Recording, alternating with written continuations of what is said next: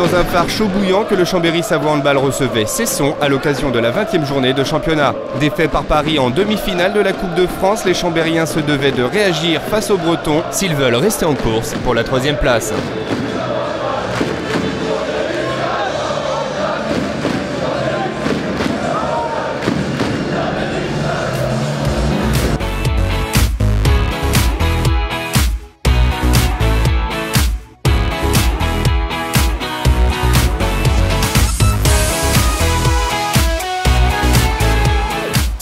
Malmenés au match aller en terre bretonne, les Savoyards ont de nouveau vécu une soirée difficile face aux hommes de Yerim Silla. Dans un duel marqué par des défenses rugueuses et des attaques en échec, ce sont les joueurs de Cesson qui se sont montrés les plus efficaces. Mis à mal devant leur public, les partenaires de Cédric Paty, auteur de 7 buts, ne sont pas parvenus à faire la différence.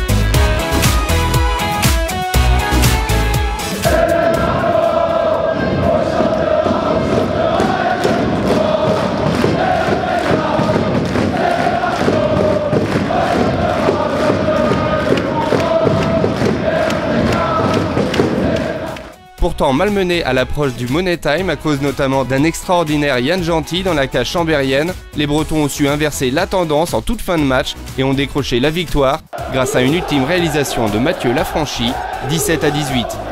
Chambéry rate une belle occasion de se mêler à la course au podium. Yann Gentil nous fait part de sa déception. On a perdu 2 points bêtement et maintenant il reste un peu moins de matchs pour les récupérer, donc en plus à domicile. Voilà, je pense qu'on n'a pas produit le meilleur jeu offensif de notre saison. C'était un petit cri d'alerte contre Paris. Bon, on se dit que c'est Paris, ils ont une défense solide. Bon, Cesson a une défense solide aussi, mais ça reste que Cesson, quoi. Donc voilà. Parce que la défense elle a encore bien marché ce soir. On a récupéré pas mal de ballons pour pouvoir marquer des buts. Voilà, on les a pas mis au fond,